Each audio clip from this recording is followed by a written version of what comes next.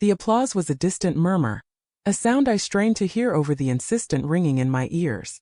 My fingers, swollen and impossibly stiff, throbbed with a pain that felt both physical and deeply, irrevocably emotional.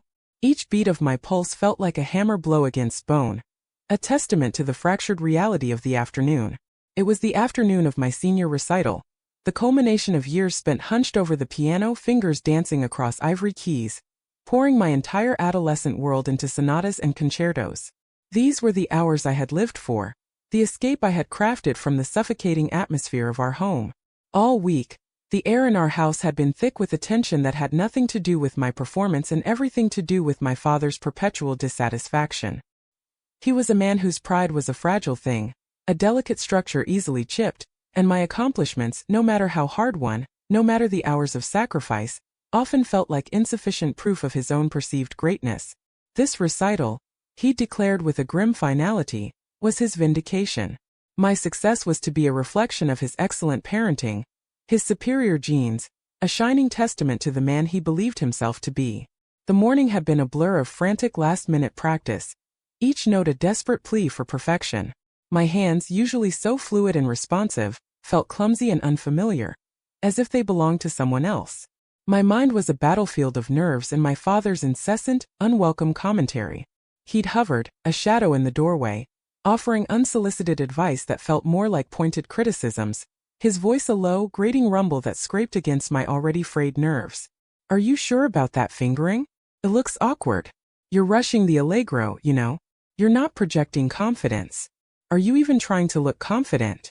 Each word was a tiny, venomous barb, meticulously designed to prick at the raw, exposed edges of my anxiety. He seemed to relish the discomfort, to feed on the growing unease that tightened its grip around my chest. The real incident, the one that would irrevocably define the day, happened not during the frantic hours of practice, but as I was packing my music into its worn black case. I was already late, the car idling impatiently in the driveway, its engine a low growl of expectation. He'd been watching me from the living room doorway, his arms crossed, a thunderous, unreadable expression on his face. I'd fumbled with the strap, my focus splintered into 1,000 pieces by the mounting pressure and the lingering echoes of his pronouncements. "Hurry up, for God's sake," he'd barked, his impatience a palpable, suffocating force that seemed to press in on me from all sides. He'd reached for the door handle, intending to close it himself, or perhaps to emphasize his frustration with a dramatic flourish. But in his haste, in his absolute disregard for my presence, his fist, the one he used to gesture wildly and emphatically when he was angry, slammed down on the edge of the door, right where my left hand rested. The sound was a sickening crunch, a sound that seemed to reverberate through my very bones. It was followed by a sharp, involuntary gasp that was mine, and then a choked cry of pain that tore from my throat. My fingers, just minutes before poised to interpret the delicate nuances of Chopin, were now bent at unnatural angles, my hand engulfed in a searing white-hot agony that stole my breath and blurred my vision. He'd recoiled, his face a mask of shock, quickly morphing into something else. A flicker of annoyance, a fleeting hint of guilt, but mostly an overwhelming, almost desperate desire to dismiss the incident, to pretend it hadn't happened or at least, that it wasn't significant. "Oh, come on," he'd muttered, his gaze flicking away, unable to meet my eyes. "It's not that bad. You're being dramatic. We're going to be late for the recital."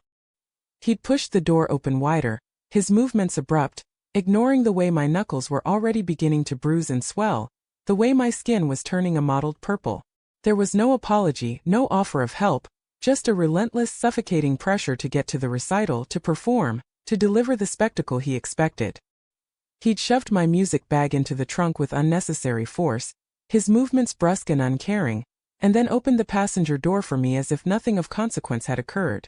The air in the car, already heavy with unspoken expectations, now felt thick with a tangible sense of injury and betrayal. The drive was a silent torment, a journey through a landscape of physical pain and emotional devastation. I clutched my throbbing hand to my chest, my knuckles white against the fabric of my blouse, tears silently streaming down my face. They were tears not just from the searing physical pain, but from the profound, crushing betrayal that had just unfolded. He had inflicted this injury, and then in the same breath denied its existence. He had silenced my pain with his own impatience, my hurt with his own ego. My recital, the most important musical event of my young life, the apex of years of dedication, was now overshadowed by this brutal, careless act. He saw only the inconvenience, the potential disruption to his own grand narrative, the inconvenience of a damaged instrument in his performance. At the hall, as we entered the opulent lobby, he clapped me on the shoulder, a gesture that felt less like encouragement and more like a brand, a possessive mark. Go on then. Make me proud. He'd ushered me towards the backstage entrance, his eyes already scanning the milling crowd, looking for his seat, for his moment of vicarious glory. I'd walked away, my injured hand a lead weight in my pocket, a constant, throbbing reminder, my mind a swirling vortex of pain, humiliation, and a cold, dawning anger that simmered beneath the surface. Somehow I managed. The adrenaline, the sheer force of will, the years of ingrained muscle memory, they carried me through the performance. My left hand, the one he'd so carelessly damaged, felt like a phantom limb, a source of constant, dull distraction. My playing was technically sound, a testament to my discipline, but I knew with a certainty that gnawed at me from the inside out, that it lacked the warmth, the depth, the emotional resonance I usually poured into my music. There were hesitations, almost imperceptible moments of strain, a subtle stiffness in my movements that I hoped only I would notice. I saw him in the front row, nodding his head slowly, a faint, self-satisfied smile on his lips, as if he were witnessing perfection. He was proud, of course. My suffering, my visible discomfort, was, in his eyes, a testament to my dedication, proof of my commitment to his vision. After the recital, as the well-wishers milled about, offering their congratulations and effusive praise, he beamed, his chest puffed out. "You were magnificent," he declared, his voice booming, cutting through the polite murmur of conversation. "Truly magnificent. They loved you." He was basking in the reflected glory, completely oblivious, or perhaps willfully ignorant, of the profound cost of his pride. He talked about booking me for future events, about his immense pride, about how I was going to be a star. And all I could feel was the dull, persistent throb in my hand, a constant, physical reminder of his callous disregard. It was a pain that went deeper than bone and sinew, a pain that echoed the hollowness within. The truth is, I didn't confront him then. The thought of his inevitable denial, his habitual dismissal of anything that challenged his narrative, was too much to bear on top of the physical pain. What good would it do? He would twist it, minimize it, blame me for being clumsy, for being overly emotional. Instead, I let the silence of my pain speak for me. It was a silent protest, a quiet refusal to engage with his carefully constructed reality. In the weeks that followed, the pain persisted, a constant companion. I saw a specialist, a kind woman with gentle hands and a reassuring voice. The diagnosis wasn't dire, no permanent damage, but it required weeks of rest, of meticulous physical therapy, of gentle, painstaking exercises. It meant no piano. None. The world that had been my solace, my escape, my voice was suddenly brutally closed off to me. My father, of course, was furious. His disappointment manifested as a volatile storm. "This is ridiculous. You're letting this ruin your career. You need to play through it, you're being too sensitive." He didn't understand, or perhaps refused to understand, that I couldn't. My body, my own flesh and blood, was finally rebelling against his relentless pressure, forcing a pause that he could not control. The consequence for him wasn't a dramatic downfall or a tearful reckoning. It was subtler, more insidious, a slow erosion of connection. I stopped sharing. I stopped confiding. The conversations that used to be filled with my anxieties about complex pieces, my excitement about learning new composers, my tentative hopes for the future, became monosyllabic exchanges about the weather and the traffic. When he spoke of my musical aspirations, which he still did, albeit with a newfound impatience, I offered polite, non-committal answers. I knew with a quiet certainty that settled deep within me, that I would never again allow my art, my passion, to be a tool for his ego. It was a boundary I had finally drawn, a line he could not cross. He continued to ask about my hand, but his questions were superficial, laced with an undercurrent of impatience. "Is it better yet? When can you play again? It's been weeks, surely you're recovered." He never asked why it happened, never acknowledged his role in the accident. He wanted the problem solved, the inconvenience removed, not the underlying cause addressed. And so, I gave him the solution he expected, the answer that would allow him to move on, but not the one he truly deserved. My silence was a shield, protecting a core that he had tried so hard to break. The real shift, the quiet justice, came at the annual conservatory showcase. It was an event I had always dreamed of performing at, a prestigious gathering of faculty, donors, and aspiring musicians, a stage where reputations were forged. My father naturally expected me to be front and center. He'd even mentioned it to a few people, trumpeting my upcoming performance as a certainty, a foregone conclusion. But I wasn't there.